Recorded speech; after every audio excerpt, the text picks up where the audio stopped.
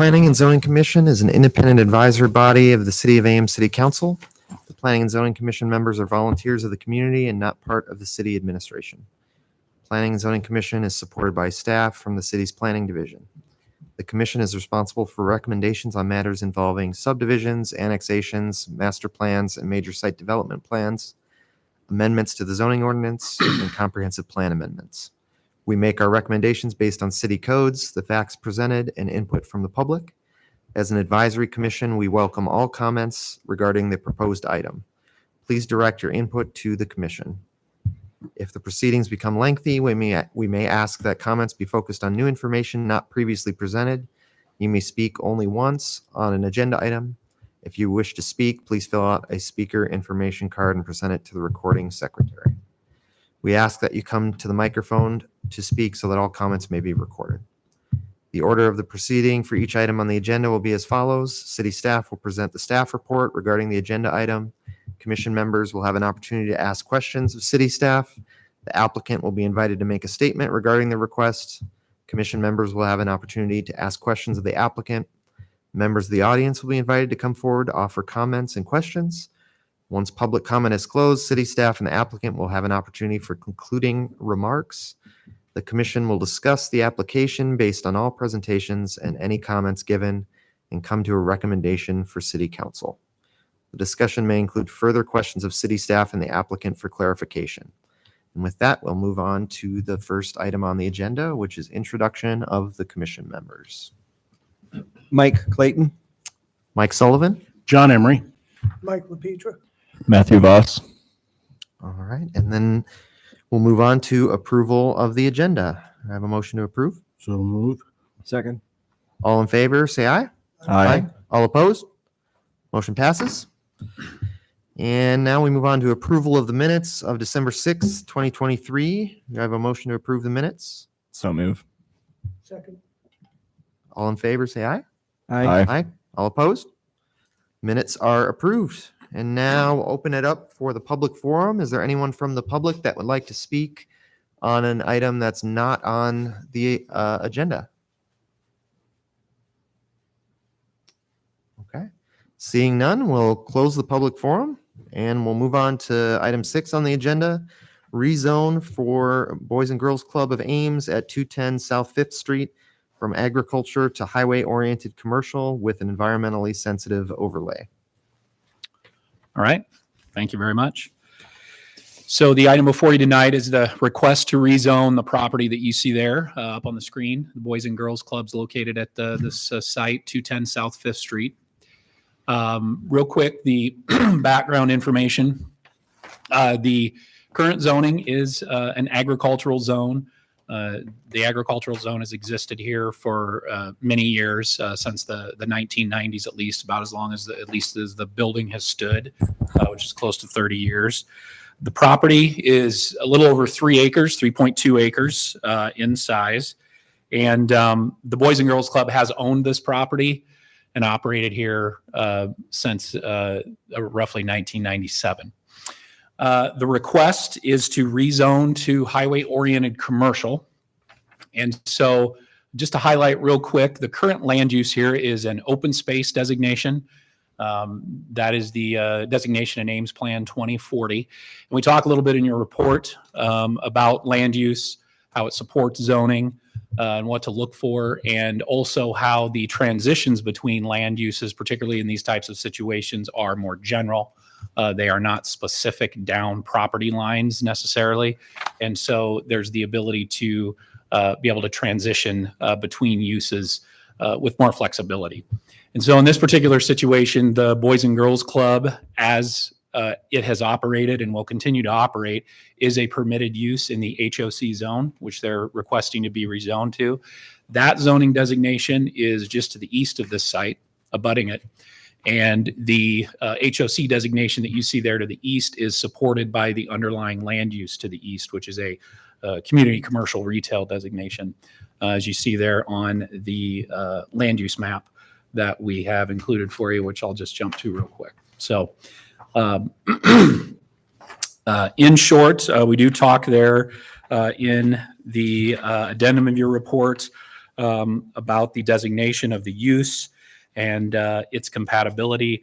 The Boys and Girls Club does have some plans for future expansion. They believe that the highway-oriented commercial use would better fit their future needs for a number of reasons.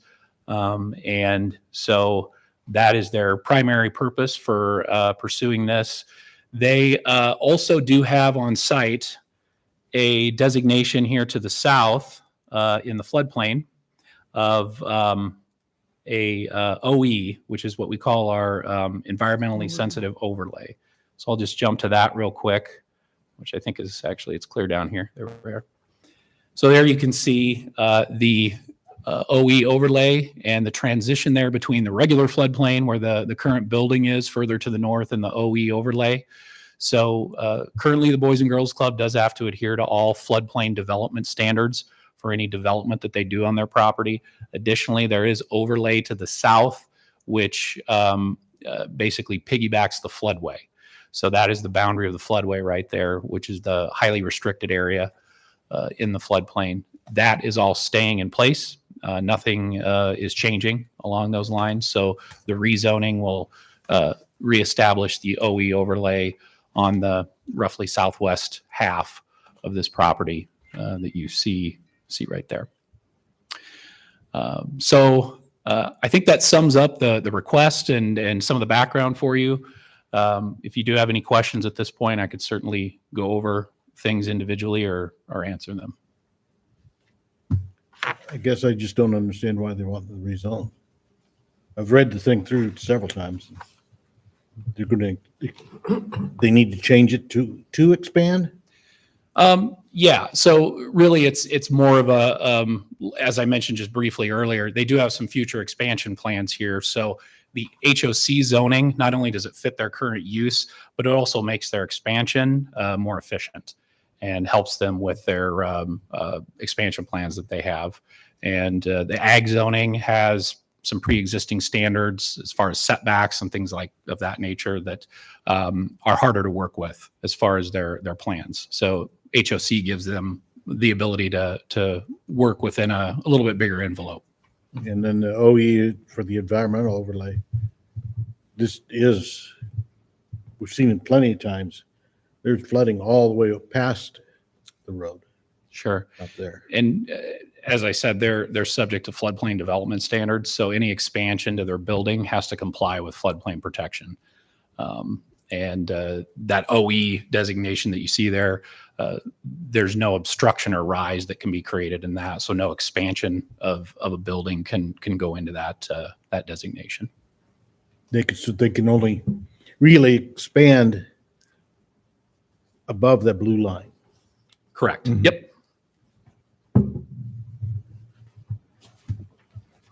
Just curious, what is, not that this relates to this request, but what is the standard for the floodway fringe they have to elevate? Yeah, there's two options that you have. The most common is elevation on compacted fill. And our required elevation for the lowest floor of any new building is BFE, so base flood elevation. So you take that and then you add 3 feet. So they have to go 3 feet above that. The second option is a floodproofing option where you design reinforced floodproof walls.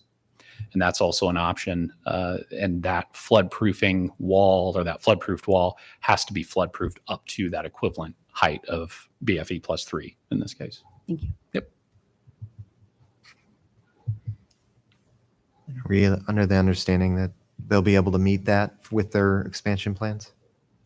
From our understanding, yes, they understand what the requirement is and have a designer that's working on that. Okay.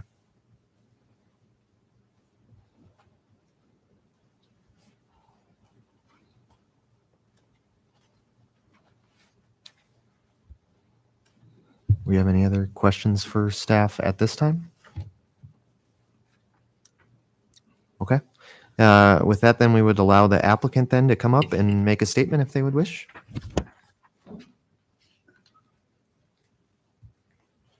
Greg Broussard, Bolton to Make, 1519 Baltimore Drive. Thank you, Justin, for the good report.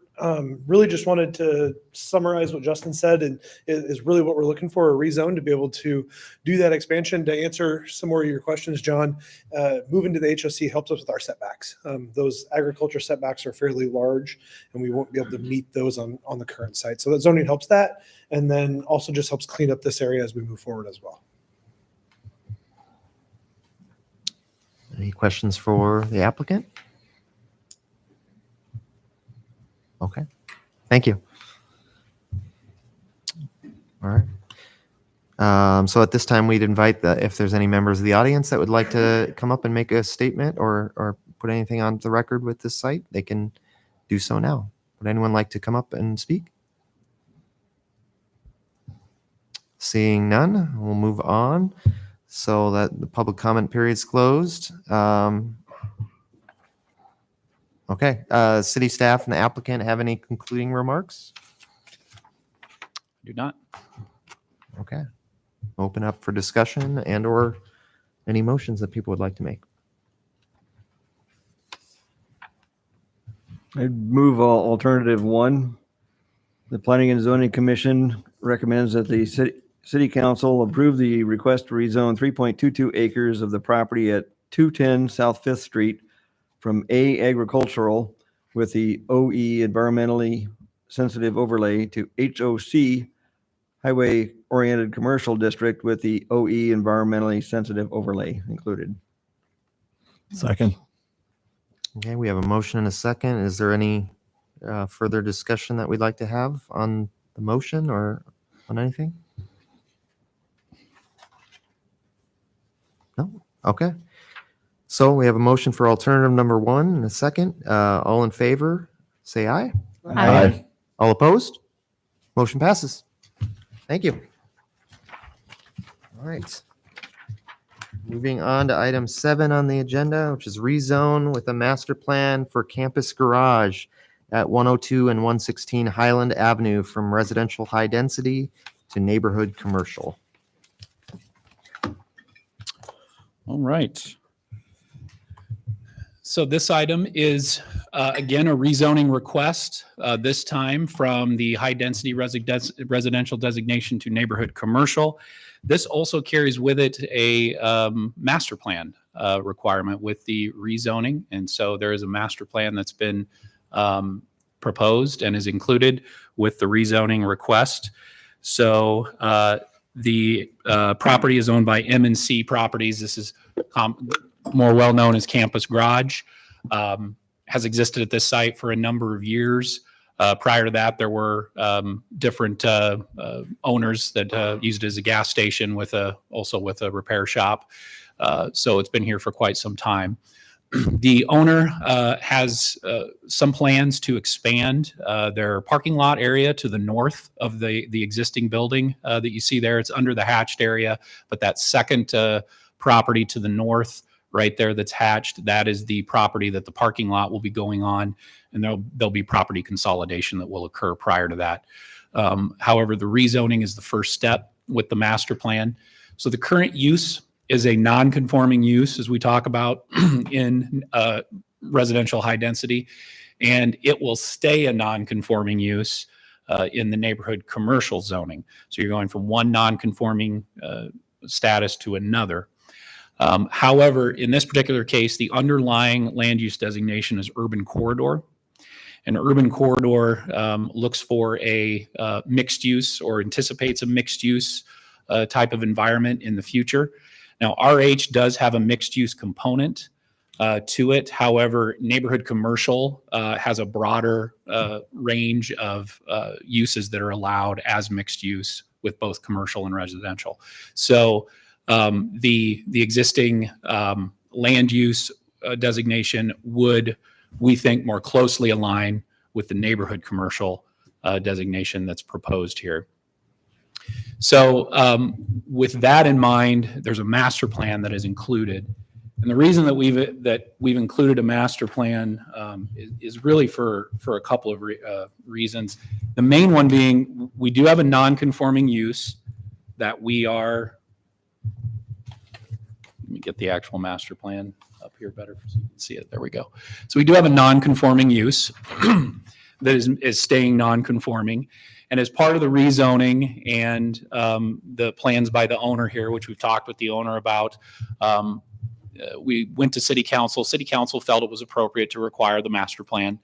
And so the master plan there shows you just a general conceptual intent and design of where landscaping will be, where the new parking lot will be on site to the north of the building, and then what's changing on the existing property where the building currently is to the south. So you see some arrows indicating a circulation configuration, the intent for landscaping, and then the intent for parking to the north. There's also the intent to eliminate some existing curb cuts, some entries there closer to the intersection so that we get better spacing with the intersection of Lincoln Way and Highland. So we do have the elements of the master plan listed out there on the site. And so it discusses and goes through, again, also some elimination of parking or intermittent parking of vehicles along Lincoln Way, moving those up to the north. So any future master plan that is applied here will have to abide by, or I'm sorry, any future site plan will have to abide by the master plan. It won't be able to propose something that's wildly different than this. So what this does with the rezoning is it creates kind of an intent for, at least for this use, for the site design. So we do talk also there a little bit in our justification for being able to support neighborhood commercial. We do talk a little bit, of course, also about street typology. And so you'll read that in our report there in our summary. So we do have a recommendation in there, and I can answer any questions on this if you have any. Any questions for Justin? So there won't be any entrance onto Lincoln Way. There will be yes, correct. The intention there is for vehicles to enter off of Lincoln Way. slowly. And There is no, a, and not allowing them to go back on from that's the the property. That's the intended design. I should also mention too, apologize for not including this, that we also do include in there, I mentioned the landscaping part, but the West University impact overlay is also continuing here. It's currently in the West University impacted area. And we do talk a little bit about that in the report. The neighborhood commercial design guidelines for any future redevelopment here contain really the lion's share of the architectural expectations. But there are still some things in the West University impact overlay we wanted to keep. One of those is a front door orientation to the streets. And then there also is a rock size restriction that applies more broadly to this area in Campus Town. And that restricts the placement of rock on site to less than 3/4 of an inch, if that would ever be a necessity with a future site development. So just some things that we wanted to keep existing here moving forward. The corner cutout on Highland at the southwest corner, is that for and there's going to be a sidewalk still there for the public access? Yes. Yep. And they're going to keep it down so there won't be a blind spot on the corner, I take it. Yeah, so you can see there, are you talking about as far as any obstruction in the vision triangle? Correct, yeah. So, and you can see there, actually, there is a little cutout. There is an easement there for the traffic signal. So part of that, a chunk of that anyway, is out of pure necessity to maintain that easement. But yeah, the sidewalk is designed around that Okay. traffic signal there.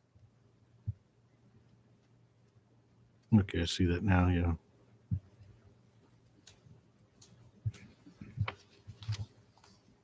Similar to the last agenda item, what's the greater flexibility that the commercial allows for, especially since this is staying non-conforming?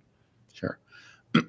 So as far as the commercial flexibility, neighborhood commercial has a broader range of commercial uses that can be applied. So there's more of a broad retail component and an office component. Whereas RH does allow some select uses, but they're more minimal as compared to neighborhood commercial. In addition, neighborhood commercial allows residential to be included with those broader uses. So in neighborhood commercial in the future, as far as what the land use anticipates beyond this particular use that's here, you could have different retail uses, a grocery store, small restaurant, things like that. In this particular case here, again, with the existing site and the existing use, the owner has told us they plan to maintain and continue it for the time being. I think the biggest advantage to the property owner is if he gets to a commercial zone, he can pursue that parking lot addition to the north. If it stays residential, the non-conforming use and the non-conforming site improvements don't allow for any change on the site. Okay. So the use is one element of nonconformity. The site is also nonconformity, and there's different rules about how that expansion and those things occur. And as we said in the staff report, ultimately has to go to the zoning board of adjustment to get the site plan approved to ensure it meets, meets expectations of compatibility for a nonconforming site with a nonconforming use. So if it wasn't approved, they wouldn't be able to do the improvement to the north, or wouldn't be able to propose it for the zoning board of adjustment to consider. Thank you. So this will enable them to move the cars from all out front into the parking lot. Otherwise, they couldn't move it into the. So you're right. So currently the piece to the north is a totally separate property, had a different residential structure on it many, many years ago. And through some activity last year, came to our attention about use of that site. And we spoke with the owner and they're interested in expanding and wanted to know how they could get to there. And this was really the only path forward. And we talked about a lot of things and how this fits with Plan 2040. And honestly, it's a win-win, I think, for the small business owner to be able to do what they're doing, but we're also getting improvements now, and it has future consistency with Ames Plan 2040 objectives. So if he wants to sell his business in the future, that business can be bought by somebody else and stay as is, or someone else might want to buy it and do something totally different. And the NC zone fits our vision for future use too. It ended up being kind of a unique situation where we could kind of fit a lot of different interests into one proposal. So the two, excuse me, the two lots are going to be one now? They will be merged. Yep. You can't have a standalone parking lot on a residential lot or on a neighborhood commercial lot. So they will be merged into one parcel, and then you'll be able to propose a new site plan to develop that with a parking area. Honestly, they've needed an expansion for some time.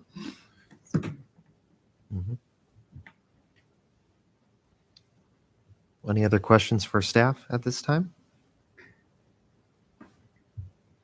If not, we'll invite the applicant up to speak if they wish. Greg Broussard, Bolton and Mink, 1519 Baltimore Drive. Really similar to the last one. Justin did a great job summarizing. The biggest thing we're excited for an option to move forward, and the city council and staff working with the property owner to develop a way to do that and give us an opportunity to continue to service Ames and change configuration here. So we're excited for the future for this. Any questions? Any questions for the applicant? All right. Other than what happened to the bear? Happened to What what? happened to the bear? What bear? It used to be in there. What's that? A stuffed bear used to be in there. Oh, yeah. I don't think that's germane to the. But I'm curious. Yeah. All right. Great. Thank you. Okay. So at this time, we'll allow if there's anyone from the audience, from the public would like to make a statement. Is there anyone that would like to come for public forum? Seeing none, we'll move on. Does city staff have any concluding remarks? No, we don't. Okay. We'll open it up the commission for discussion and or motions. Like to make a motion for alternative number one. The Planning and Zoning Commission can recommend that the City Council approve the request to rezone 1.39 acres at 102 and 116 Highland Avenue from RH residential high density with the OUIW University West impact overlay to NC Neighborhood Commercial District with the OUIW University West impact overlay and with the master plan. Second. We've got a motion and a second for alternative one. Is there any discussion on the motion before we vote? All right. If not, all in favor of alternative number one, say aye. Aye. All opposed? Motion passes. Move on to agenda item 8, zoning text amendment to allow for 2-family duplex homes within all residential zoning districts.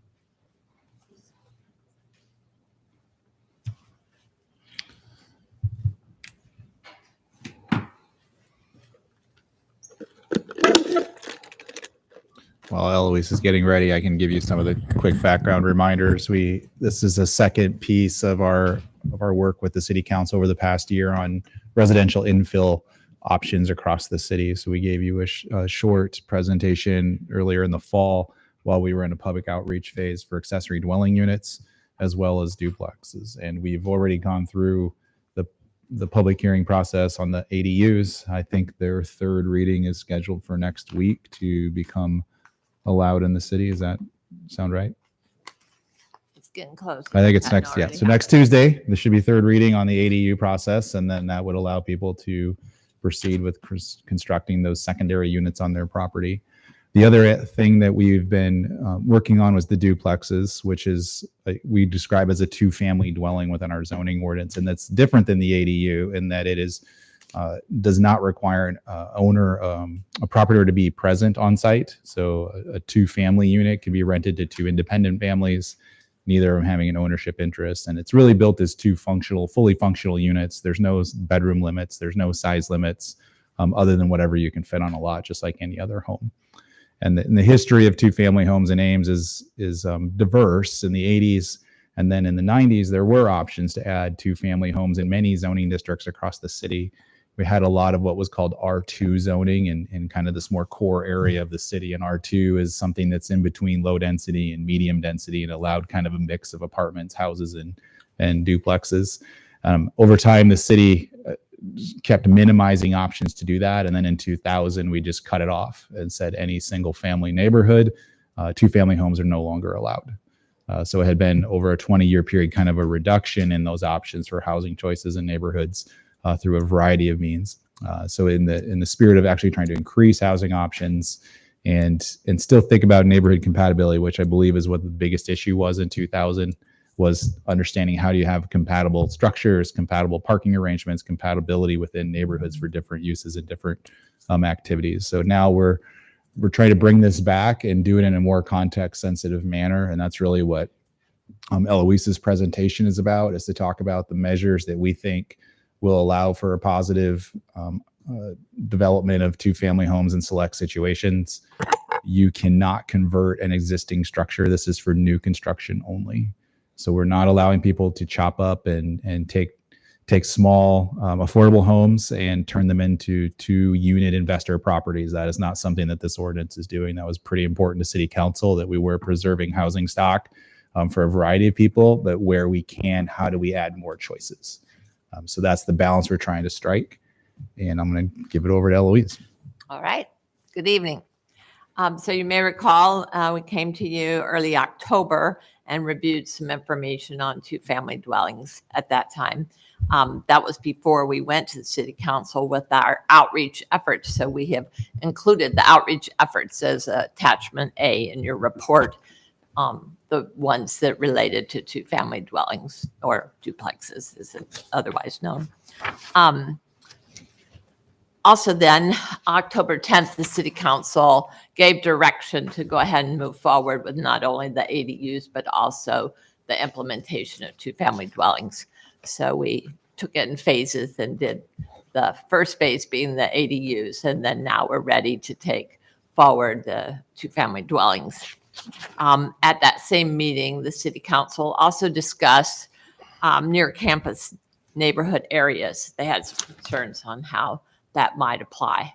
And so one of the directions at that meeting was to increase the minimum lot size for two-family dwellings that would be new construction in that area, and then also the implementation of the occupancy standards, how that would apply. So that's been incorporated into the draft as well.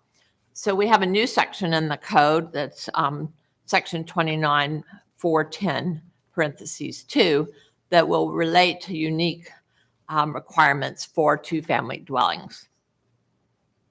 And as Kelly mentioned, that there are some zoning districts that currently allow them, and there's other existing zoning districts where they're allowed only if they pre-exist within that district. So this will expand the residential zoning districts where you can have two-family dwellings, either as pre-existing or as new construction. And as Kelly mentioned, the single-family homes would not be allowed to convert to a two-family use. So one of the things is the requirement, each dwelling unit in the city typically requires 2 parking spaces.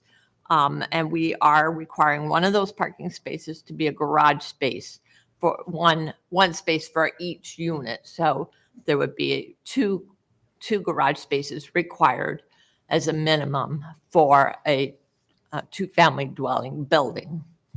And the other 2 spaces can either be in tandem or if there's room on the lot, they can have larger garages for all the spaces. But we do have some new driveway standards, and one of the driveway standards that's been implemented is to require certain amount of spacing between driveways and to limit how many driveway cuts you could have. So a typical single-family home, typical single-family property would not be able to have 2 driveways. So we are actually including an amendment to that section that deals with the 2-family units because in most cases, they will want to have 2 driveways for their units. And also because we are having a limitation on the width of the driveway, they can only have a 20-foot driveway. So if they end up having, in some cases, they may be having 2-car garages for each unit. We don't want those garages to be consolidated together with a 40-foot driveway. That would not be allowed. And so having 2 driveway cuts is probably the better alternative, but they still would be required to meet the flare and the separation between flares and so forth. So at a minimum, the driveway separations probably will need about 11 feet between driveways.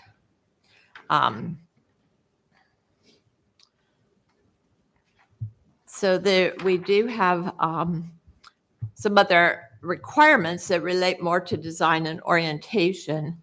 One is that the units have to be either 2 identifiable separate units in appearance when both front doors face the street, or if both front doors don't face the street, then you can make it look as one unit, what the larger building. Or you could also alternatively have 1 entrance back to the side. And especially if you have a corner lot, we would really recommend as much as possible to have 1 entrance at each street for the primary entrance to the unit, as well as the driveways. The entrances, we mentioned in the public outreach that a recessed facade could not be set back substantially from the front facade, but we did not define what substantially meant. We are defining it here as 12 feet. In most established neighborhoods, you don't see recessed facades that are substantial. That's more of a practice of current development where they will have a protruding garage and then also a recessed entrance. That's kind of difficult sometimes to see. It might be off to the side or in the middle, but it's set back enough that it's not prominent. We do have a PowerPoint with some aspects of these standards. So the standards for windows and transparency, I want to explain that a little bit. Currently in the single family conservation overlay district, which includes most of Old Town and some of the area around Old Town as well, where we have older homes with porches and so forth. We have this standard already in place. It's called a solid to void ratio, and it's set at 15% minimum. So how that's interpreted and described in the definitions is that the solid area is shown in the bottom image. That's the darker color. It's basically the facade by the height of the facade that does not include a gable or the roof area. And then the void would include any doors or windows. Garage doors are not included. So in these 2 graphic examples, you could see a void to solid ratio of 25% for the house on the left. For the 2-story taller duplex structure, a void to solid ratio of 18%. So those are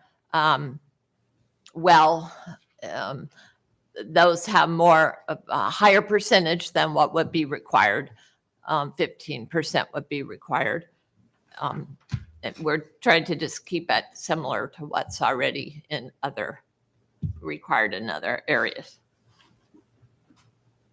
So in established neighborhoods, the Ames Plan 2040 talks a lot about infill and how infill must be compatible.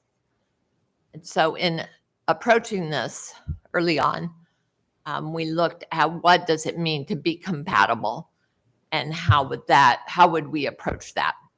And so the way that's been defined, now, first of all, two-family dwellings can be new construction, so it could be in totally a new development area, which would not be established. There would be none of this evaluation required if it's new development, a new subdivision. But in an established neighborhood where you're infilling, you have existing homes all around, and there's a vacant lot, the way that it would be approached is that an evaluation of the block face would be required.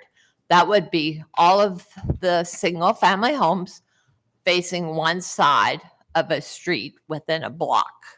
Now, if there's not very many homes on that block, for whatever reason, then it may include adjacent properties that are not on the block face. For example, properties across the street. And so the most significant pattern that must be established through this process is to decide what is the predominant driveway and garage pattern in the established neighborhood. In this particular example, it's showing a flush garage. It's flush with the recessed facade of the house. And so that's the pattern. And then there's some examples of duplex or two-family dwellings that would kind of replicate that same pattern. They tend to replicate the roof line enough. They look kind of like a low residential structure. They're not, the one is 2 stories, but it replicates the same kind of hipped roof design. We believe both of those examples would fit within the pattern established here. But this is primarily to show the driveway pattern, and it's not really addressing entrances or windows or roof line. It may, but it wasn't intended for that purpose. So this is the second pattern, and that's where you have the garage that's detached from the unit, oftentimes in the rear yard, and it's accessed by a driveway to the side. And in this case, this is an alley-loaded garage. You don't see the garage. It's back behind the structure and accessed from an alley. So additional patterns that should be evaluated include the roof pattern. In most of the older established neighborhoods, the roof patterns are either side gabled or gabled. Might be more of a front gabled, but side gabled is the most predominant. Hipped with a ridge, and oftentimes dormers associated with the gabled roof. And in an aerial, you could kind of tell what the roof pattern is. So it doesn't have to be an extensive analysis. It's pretty easy to use resources from the property assessor's office. And in this case, you see front gabled on one side. On the other side, there's side gabled. But on both sides, there's roofs that have dormers. The entry pattern is important to look at as well. In many cases, it may not vary that much. But in some cases, we just want to make sure that what is proposed does fit within the neighborhood.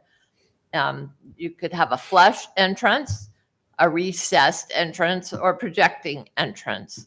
And then the porch is basically a flush entrance with a projecting covered porch over it. But so if you have a predominance of a neighborhood with front porches, that would be an important element to replicate. If you have properties that have recessed entrances, then that would be, we would look at what the depth of those recesses is typically and expect it to not be more than the average. Some of these resources through Beacon, you can get it's not truly a floor plan, but it's a layout, and it shows those depths. It shows the recess. It shows the width of the garage. So oftentimes pictures it's really hard to tell if the picture on the right has a recess. And if that garage is protruding just because of the shadow lines and so forth. But by using other resources, you can easily determine that. So it doesn't have to be a grueling process, but it's a very useful process. And this is just an analysis that I did of one block to kind of evaluate what was going on.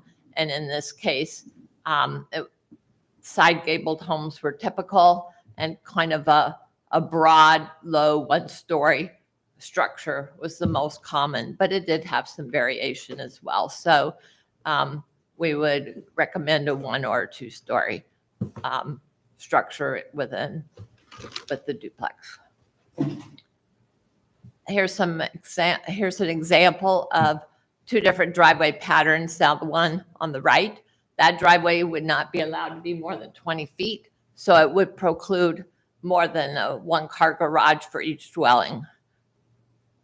But in both of these cases, these kind of have a low spreading ranch kind of style structure that would fit into most of our established neighborhoods, except for those that are more like the Old Town area. But the one on the left shows that idea of detached garages with driveways accessing them versus the attached garage that's flush with the front of the house or flush with the porch. And I think at this point, I will conclude my presentation and just recommend, I do want to mention before I conclude that a zoning permit would be required from planning and housing before they would get their building permit, and that way we can have opportunity to review to make sure that the standards are being understood and met. And we can work with developers to walk it through and so forth as much as needed. We do recommend alternative 1, which is basically recommending approval of the draft text amendments to Chapter 29 and that are included as Attachment B, which would allow for 2-family dwellings in all residential districts described herein. With that, I will be happy to answer any questions. I'm going to piggyback on one thing. So Eloise talked a lot about all the design details. There's one other element in her last example of layout showed that with the split driveways. So one other element that we're proposing that wasn't really in the outreach process was to modify our driveway separation requirements. You'll remember earlier in 2023, we adopted new driveway and front yard parking requirements. And we created a limit that you had to have 150 feet of frontage to have a second driveway, which meant basically corner lots were the only lots. Once in a while, you have some really large lots that might work for. And they had to have 75 feet between them. So in the example that Eloise put up here, as we talked through a lot of the options, we felt that in some cases that design on the left was compatible with the neighborhood, but the driveway design would force you almost always to the one on the right. And we also think that's compatible, but we thought there's some options here if we do split driveways where you might get a different massing, a different variation in the structures. So we're proposing that it is allowable for the planning and housing director to allow a lot with a 2-family dwelling to split the driveway and have 2. We talk about in the report some of the functional elements of that. There'd still have to be some space. You said to meet our actual SUDAS, our public works spacing requirements. And so it appears you'd probably have to have at least a 65-foot wide lot for this to work. If you're under that, you're probably going to have to do the design that's in the middle, or the rear garage version, but have it all set to one side of the lot. And we have a lot of homes like that on the little bit narrower lots where the detached garage is in the rear. We have a lot of duplex variations across the city. If you want an example, we can probably find one. So there's a lot of ways to do it, but the split driveway would be one more technique. And that's something that we're recommending. It wasn't in the public outreach process. It is a new element that we're adding at this point in time. So you're saying you want the split driveway? Yeah, so if we don't change the driveway standard that exists today, the only way a 2-family dwelling could have separated garages would be if it's on a corner lot, because they would then have 150 feet of frontage. And we would love that, one driveway on each frontage. That's probably the best approach overall. If we don't change it, an interior lot would not be able to split those driveways. It just won't have enough width. So the trade-off is you may lose potentially an on-street parking space because you will have more inefficiencies in how that lot is carved up with the driveways. Potentially adds more on-site parking to compensate for that at the same time. So there's a little bit of a balancing act there, and we do say that ultimately the pattern of the neighborhood is gonna dictate a lot of this. But if there isn't a defined pattern and a split garage works, then I think we're okay with it as staff. Mm-hmm. With that, questions for Eloise? If a developer puts together restrictive covenants where they require that only single-family homes can be in their development, would that supersede what you're doing here? Okay. Yes, the Oh, restrictive covenants. covenants, Yeah. override anything that we would say. Okay. So it's the same story as the ADUs. So if you, so basically almost every subdivision since 1990, mid 90s for sure, have precluded second units on the property, whether it is part of the existing dwelling or in addition to the dwelling or a separate second dwelling on the property. So that was ADUs or this. So covenants are definitely going to not allow this to happen in a lot of neighborhoods from the last 30 years. It'll be really interesting to see this year if we get the same covenants that we've always gotten or we've gotten for 3 decades, or the developers will modify those now and put options in for their homeowners to do different things on these lots. It'll be really interesting to see this spring whenever we get the next final plat for a residential subdivision, what they do now. But it's really the developers that set up the HOAs and decide how things are going to. For the first 21 years, yeah. Yes, for the And then if 21 years. that HOA decides to continue them, then it's another 21 years. So it's for the first 21, the developer sets it up, and then after that, it's up to that homeowners association to extend them. But it's, I understand reading this, you can have a duplex, a single-family home, a duplex, a single-family home, and on and on. There'll be no restrictions in a new development. Yeah, I'm just And thinking, I'm not talking Yep. the pre-existing ones. I understand, and it looks. Hopefully, I'm looking at it right. It looks like there's enough protections for established neighborhoods. But the big problem I have, and unless I see something completely different, I will not vote for this thing. That I cannot see mixing duplexes and single-family homes all together. Up and off of Stang, the Greenbrier neighborhood is all duplexes. and it looks good and it works. But mixing duplexes and single-family homes, I don't think works. And, it looks nice on the right-hand side for the shared driveways, but in practicality, I think the only thing, and if that's what the developer wants to build is one single driveway, that's up to them. They got to sell it, not me.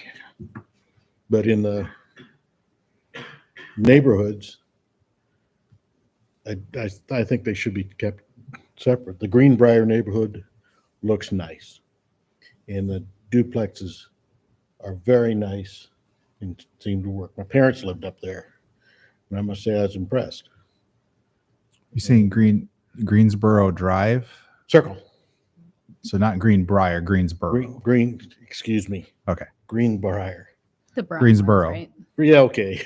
Greensboro. Greensboro. Okay. I just want to make sure I'm picturing the same neighborhood that you're picturing. So yeah, just off of GW Carver and Stang is off of Pinehurst and Greensboro is what. Yeah, you're talking close to the Vinkner. Yep. So North of technically, Pinker. that area is what we call single family attached. They're individual lots. They're two attached units, but there is a lot line through them. Right. So it could look exactly that way, but there would be a lot line splitting them. Each half is ownable by one person. And in that whole neighborhood from when my parents lived there worked. Everybody got along and everything, but in a mixed one, I just don't see it working. Well, it won't look that great, and it won't. They got to sell it, but I don't think it'd work. And the other thing I wanted to ask about is completely went off my head. I'll think of it a little bit probably. And I see that. Oh yeah, if a new development is butting up against an established neighborhood, and you're going to stack duplexes next to single-family homes, again, I don't see it working with the neighborhood because people do not take care of duplexes like they do single-family homes. They don't. They got to agree on everything, maintenance and everything, unless the HOAs are set up differently. So I think respectfully, I wholeheartedly disagree with that, but that's a separate comment. I think we're actually on opposite sides of the spectrum. And it's funny, I was looking through the public comments for this, and I actually think I also can't vote for it, but for a different reason. Because I think that I know it sounds like the council direction was pretty explicit from council to not have this apply to existing structures, and people didn't want to have existing structures get carved up. But I will say that that's such a great way to increase density and to also provide a variety of rental options. I myself was here in college only once in my entire 6 or 7 years of renting in Ames did I have to spend even a year in a large apartment. I was able to find these carved out rental units, and I'm sure that they're, according to code now, that would not be allowed to change any of that. And I do think that it's a pretty big missed opportunity to not allow existing structures to have duplex type things in them. I understand there would be, again, based on the public comments, looking through this, I think that would cause a lot of heartburn. So I understand why we're not doing it, but I don't know that I would support voting for this. I definitely support duplexes, but I would really, really like to see a revisit on how we can get that code into an existing structure. Maybe there's a minimum square footage that would have to be required, or I know a lot of people have a lot of problems too about converting more duplexes into neighborhoods right next to campus. I know that's a huge concern, but maybe if we can somehow have there could be some guardrails on it to make it work. But I think it's a missed opportunity it's one step in the right direction, but it's not all the way there. Like said though, in the comments, we don't want them in our subdivision. Let's keep duplexes and single-family residents separate. If council has expectations that you're going to increase density, which that's the goal of the 2040 Just because the plan, council wants it doesn't mean we have to do it. We well, have to then agree with vote. You know, sure, they might just ride over the top of us, but, you know, I know in my neighborhood, we don't want duplexes. I don't know of anybody around my neighborhood that would like duplexes or have them up butting against the neighborhood from where there's open fields now. You know, just completely different residences. You know, just like rentals. And I know city can't do anything about stopping any rentals. You know, I can rent my house out, and there's nothing really the city can do except make sure that it's up to code. But I wholeheartedly disagree with mixing duplexes and single-family dwellings. We've got some duplexes right across from those brick houses you mentioned, right off of Greensboro Drive, down in the neighborhood. They haven't affected anybody's sales at all. House kitty corner from them went up for sale, or across the street, sold in 2 days. That's the way every house names is right now. It's not hurting things, is the point. They've been there a long time. But, the Greenboro duplexes, or Greenboro, I don't know why one So said it's a little unfair 'cause Greenbrier. the Greenboro, Borough? Greensboro, Okay. it's a golf neighborhood. Greensboro, Pinehurst, Torrey Pines, right? Yeah. So those are not duplexes. They are single-family attached homes on that circle. They are not the same. Across from that Right circle. across the street at the corner is a two-family home at the intersection of Pinehurst. That is true. We even used it as one of the pictures in one of our presentations. But the grouping you're talking about was a planned development of a for sale townhome product. Right. It's not the same thing. I mean, it was a PUD. It was a group development designed all by one person and built all as one person. The two-family homes are individual lots that may or may not be built by the same person. They'll be individual builders in different So areas. that is different than what we're talking about? Single-family attached is already permitted in the FSRL zones. It's not permitted in our core neighborhood zones, UCRM and RL. So if somebody really wanted to build a duplex, if they wanted to build those structures in a new neighborhood, they absolutely could. All they have to do is put a property line down the middle, adds a little extra cost. They can rent both sides. We have that in Somerset. The only difference is that instead of putting that property line down the middle, that's all you're not doing. You're just building it as one residential structure instead of two, and it saves you a little bit on the construction costs.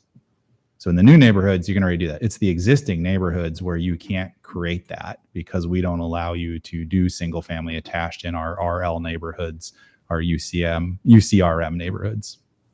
Actually, in downtown, you can do a duplex if you can meet the design guidelines. So it's when you start to look around where this impacts existing neighborhoods, it is the neighborhoods around campus.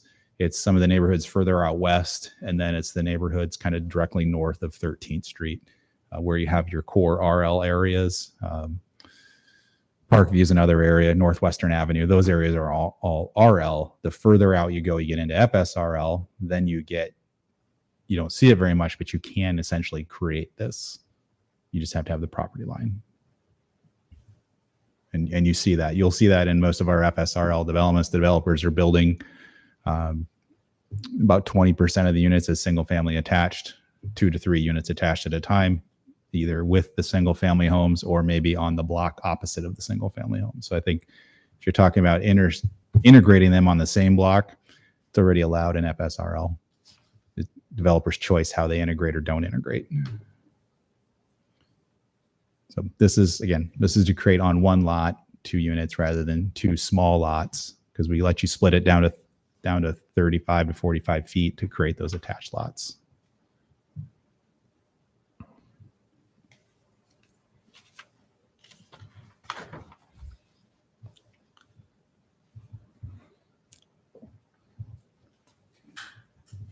I think I would say I would lean towards Julie's viewpoint, although I would vote for alternative one. But I do think it's at least worth exploring more options to convert existing structures. I understand hesitancies, but to the extent that it's a possibility, I think it's something that should be considered.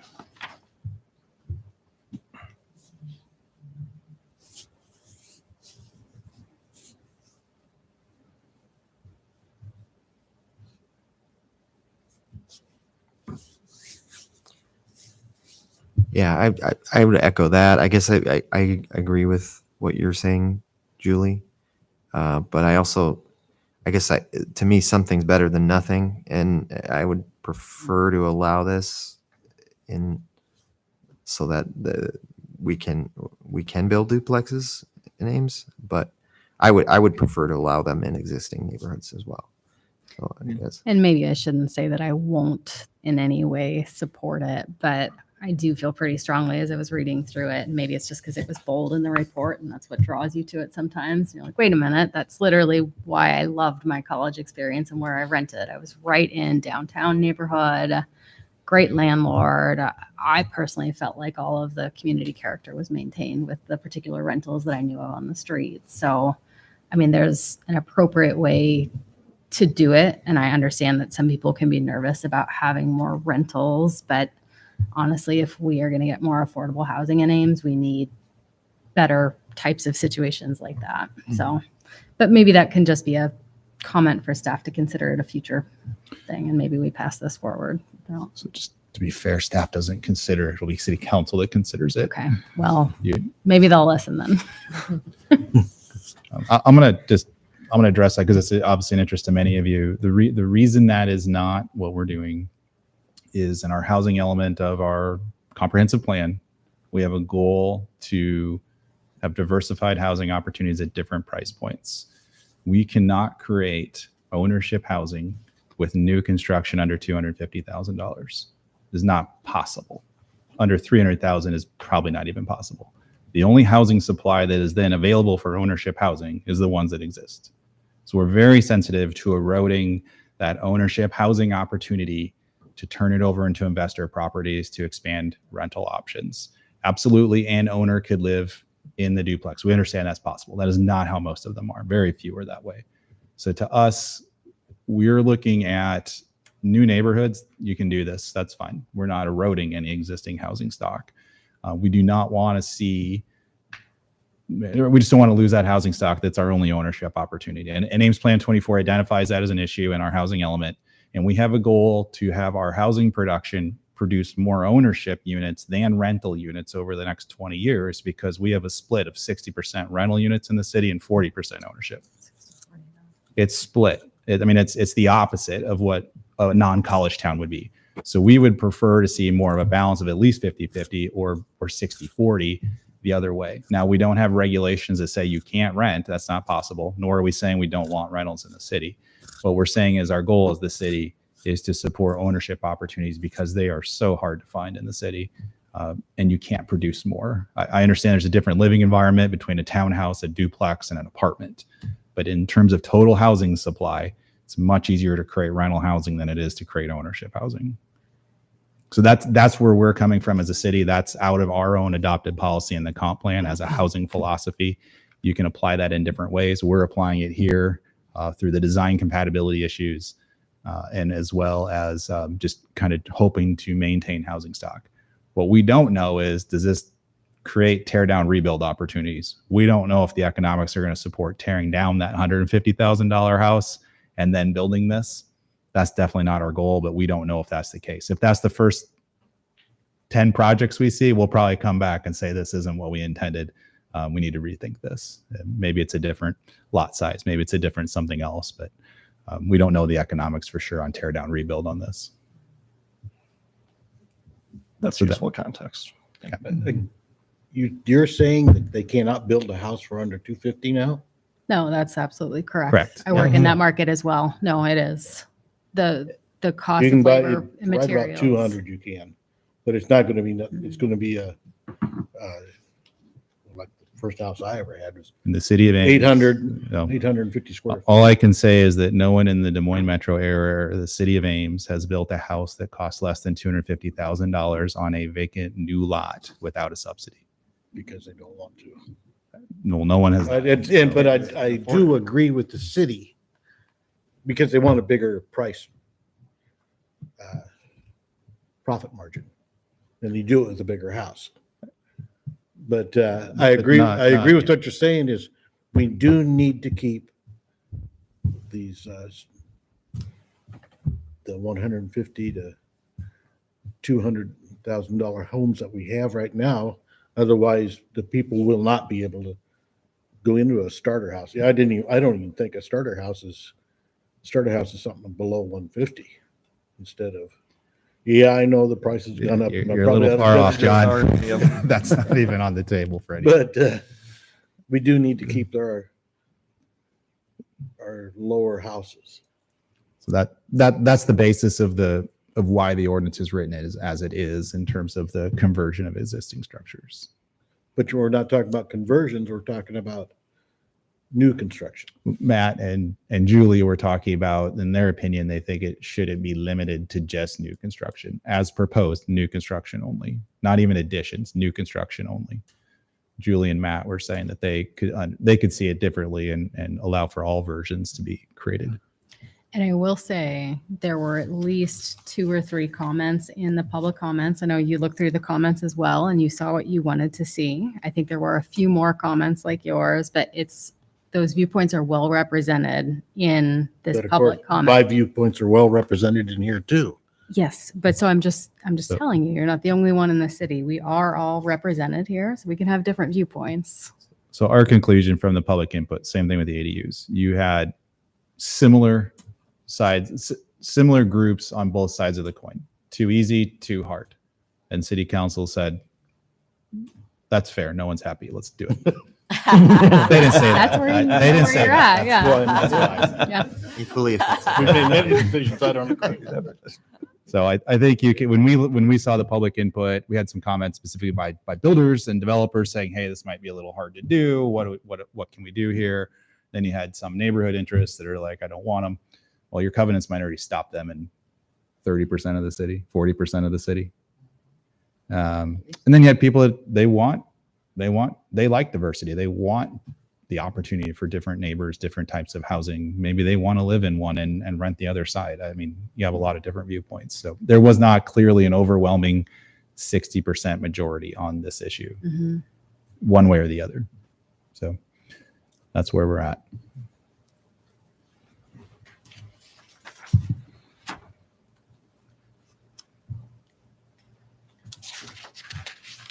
Well, any other questions for staff on this? It's an exciting Is it one. the city that's bringing this forward, not a developer, correct? City council initiated. Came out of their goal to support housing. This is one of a couple different strategies they've looked at. So we talked about the ADUs last time. This is the next one. The next one that would come back is to look at the redirection areas, which are areas for neighborhood studies, to look at selectively allowing for larger infill options besides ADUs and duplexes. And that'll be more of a study, a planning effort, multiple blocks at a time, geographically specific, not citywide.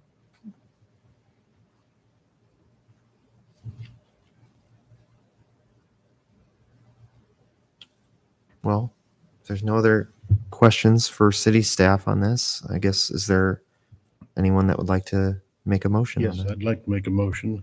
Alternative number 3. Recommend that city council does not proceed with the text amendments allowing 2-family dwellings in all residential districts. Does anyone want to second that motion? Was there a public hearing? Oh, I'm sorry. Yes. Yeah. We can open it up for public comment here. Is there anyone from the audience that would like to provide public comment on this agenda item? Seeing none, we will move on. Thank you, though. I forgot about that. Okay, so we'll go back to your motion for alternative 3. Is there a second for alternative 3? Okay, so seeing none, that motion fails. Is there anyone else that would like to make a motion? like to make a motion to recommend alternative 1. Recommend that the city council approve the draft text amendments to chapter 29 included as attachment B, allowing 2-family dwellings in all residential districts described herein. Second. Okay, we have a motion and a second. Is there any further discussion on the motion for alternative number 1? Seeing none. Okay, so all in favor of alternative 1, say aye. Aye. Aye. All opposed? Nay. Motion carries. All right. Thank you. So And just if anyone's watching, we will probably not be at city council till the end of February on this one. This won't be a quick turnaround. We have a lot of work to do with the city attorney on finalizing this and getting the materials ready for people and making sure everything we showed you like in this PowerPoint's all ready to go. So it'll be at least a month till this gets to council. okay. Thank you, Kelly. Commission comments. Does anyone have any comments? Just my normal one. Anything for next time? We were trying not to have materials for the first meeting in February because of the overlap with city council budget meetings. Right now, there's nothing, so we'll probably be canceled for that first week. If we have it, we have to go down into 135 into the little conference room. If you remember the one time we had to do that. I was Prefer going to not. say I will not be here for the February 7th, so Yep. I've already talked, so he can, if there is one. I will not be here either for that. Chose I- a good week. Yeah, good week not to have it. Perfect. Okay. Great. So we didn't send out the cancellation notice, but there's no expectation of having it. Okay. Any staff comments other than that? Not really. It seems like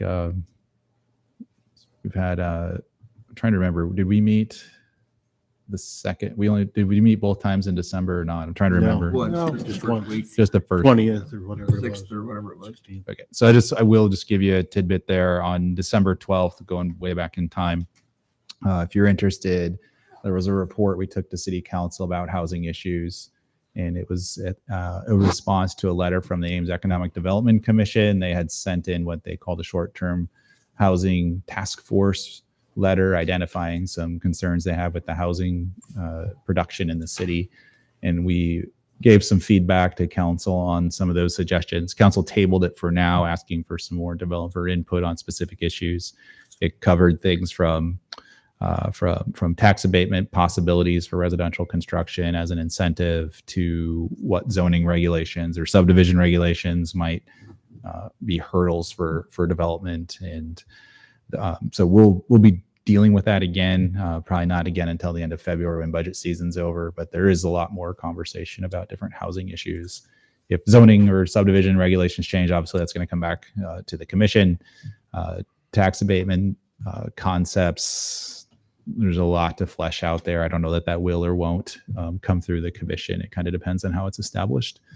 And then separately from that, the housing and planning and housing work plan, we had touched base in October with council about where we stand in relation to their goals and some other projects they have given us. And as we work through the task force and some other zoning approval processes that they want us to review, we have not come back on the work plan. That's probably at the end of February again as well. So there's not new issues in front of you. There's things that have been kind of around for the last few months, but I think this spring you're going to see more activity in terms of the redirection areas. We also did a presentation with them in December about the priorities for where we could look at new neighborhood plans and new infill opportunities, and we have to come back with that as well. So housing will be the front burner issue in my estimation for the next 6 months when you start to look at it through policy and through zoning strategies to support it. So that's just my 2 bits on what's been going on for the last 6 weeks. Exciting time to be a planner. There's a lot of things that can be changed. Yes. All right. Thanks, Kelly. All right. So do we have a motion to adjourn? So move. All right. All in favor, say aye. Aye. Aye. Don't have to. We're adjourned.